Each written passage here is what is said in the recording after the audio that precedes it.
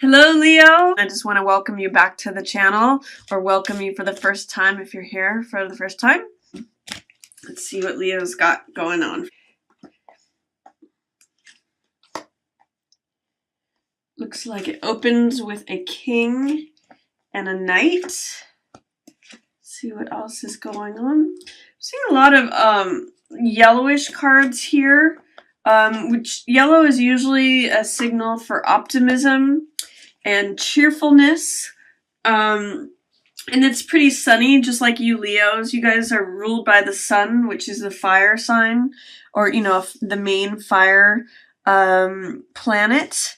In this case, it's a star, but sun is ruler of Leo, so it's looking kind of sunny for you guys. I'm getting yellow and a lot of oranges. So those are sunset colors, which means you may have arrived at somewhere where you can just watch the sunset. There's even sunset depicted here, the low sun in the sky here. So I'm getting a lot of sunset imagery, which is peaceful, reflective, having arrived.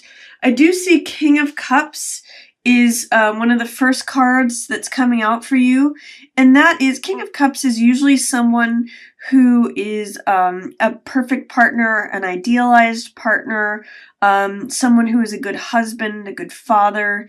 He is compassionate and he operates from the heart. This is usually representing a water sign, so Pisces, Scorpio, or Cancer. But in the reverse position, what it makes me wonder is someone showing up as not as the ideal partner or as compassionate as they usually are, or are they not showing up as a good father? And I see that there's a Knight of Coins also in reverse. So Knight of Coins usually is someone who is like the salesman card. He is a knight that has to do with the physical realm, so having to do with money or lifestyle or environment, anything in the physical world that surrounds you. And he is usually someone who's driven by the bottom line. Like, he's cautious and conservative, thinks things over. He doesn't rush into action, but he thinks about what are the effects going to be.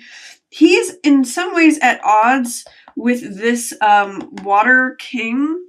Sometimes I see this, if you're a woman, this can be like not having control of your emotions, or even if you're a man, this usually means that especially if you're a water sign man, Pisces, Cancer, or Scorpio, this means that your emotions are out of whack, or that you don't have mastery over your emotions.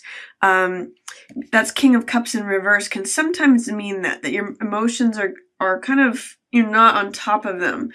What I'm seeing with this Knight of Coins looking at this King of Cups, both in reverse, it's telling me that your emotions may be off kilter because you either are not considering the financial impact of something, or that you feel there's some sort of odds between your money and your emotions. There's something going on there. Or literally, it could mean that an earth sign that usually a knight is younger than the king, so it could be a Taurus, Capricorn, or Virgo person who is looking to this older person or person of authority who's a water sign and is not getting the attention or advice or what they need from that person. They're somewhat in conflict, or they're both looking away. They're not really seeing what's going on correctly. So it could either be a tension between your physical world and your emotional world, Leo, because neither of these are fire signs, or it could be that these are two separate people that you're observing that. You could also be stepping away from and carrying a load away from a father and a brother figure, or a younger, father and son. And then these were part of the past, or stepping away from those. This is carrying a large burden. This card is sometimes translated as oppression, but what it usually means is, or what it usually brings up is, what can you put down that's not necessary? So if you're carrying a heavy load right now, Leo, this card, Ten of Wands, says, how can you offload some of your responsibilities or some of the things that you're carrying? And what I usually recommend is that if you look at what is it that you are doing that's not necessary, what are you carrying around that you can put down?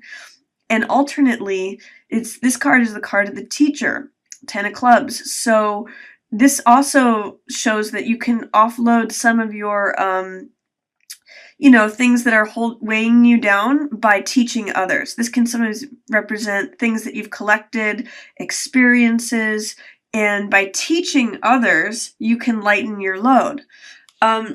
This is 9 of Swords. So this card says a little bit of worry, a little bit of anxiety. Swords represent the mental element. So this means kind of having a little bit of tension over something. I always say when this card comes up, make sure that you're not making mountains out of molehills.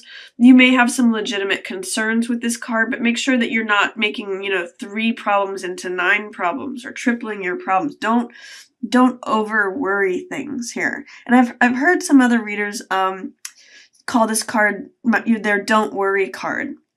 So if there's something that you feel like you've been carrying a lot and you may have some worries, especially in relation to a king and a knight, an older person, an older male and a younger male that you may have stepped away from, see if you can lighten your load and try not to worry so much about it. Don't overthink things or carry more than you have to. And in fact, if there is a conflict going on between the two of them, try not to carry what's not yours and don't overthink things. And then towards the middle of the month, this is interesting. We've got some Swords energy, both with 7 of Swords and 5 of Swords in reverse. 7 of Swords in reverse, this is risky business. This is very me behavior. And it's like, I'm going to win at all costs. I'm going to take whatever I need to take to make sure my bases are covered.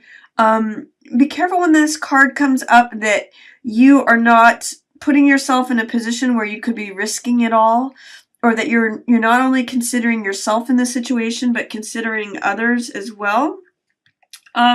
With these 3 cards in alignment, all in reverse, it's saying that whatever your interaction with this father figure or water sign is, be careful that you're not just thinking about what can I take away from the situation, that it doesn't affect your envisioning for the future or planning for the future. It's saying that there might be some way there may be some preoccupation with what's going on with these two that is preventing you from dreaming your dreams and thinking about what you want to create. This is the Visionary card, 3 of Wands.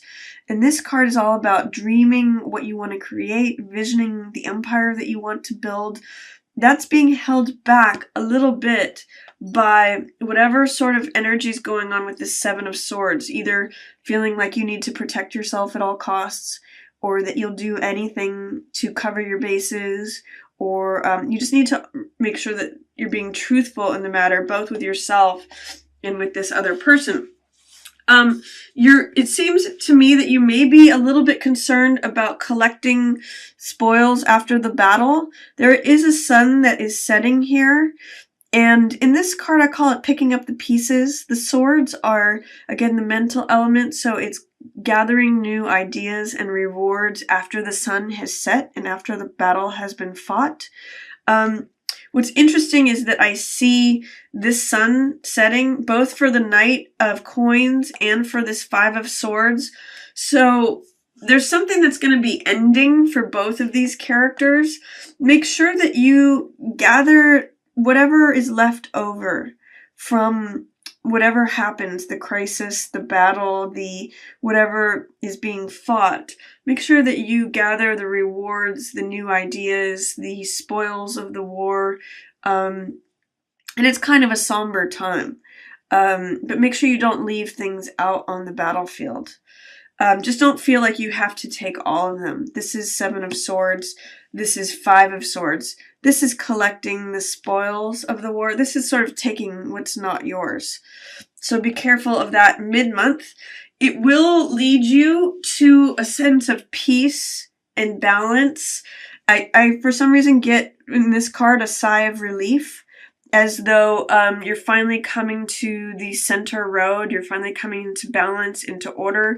In this card, we see the figure has 1 foot in the water and 1 foot on land, which means the emotional world is balanced with the physical world.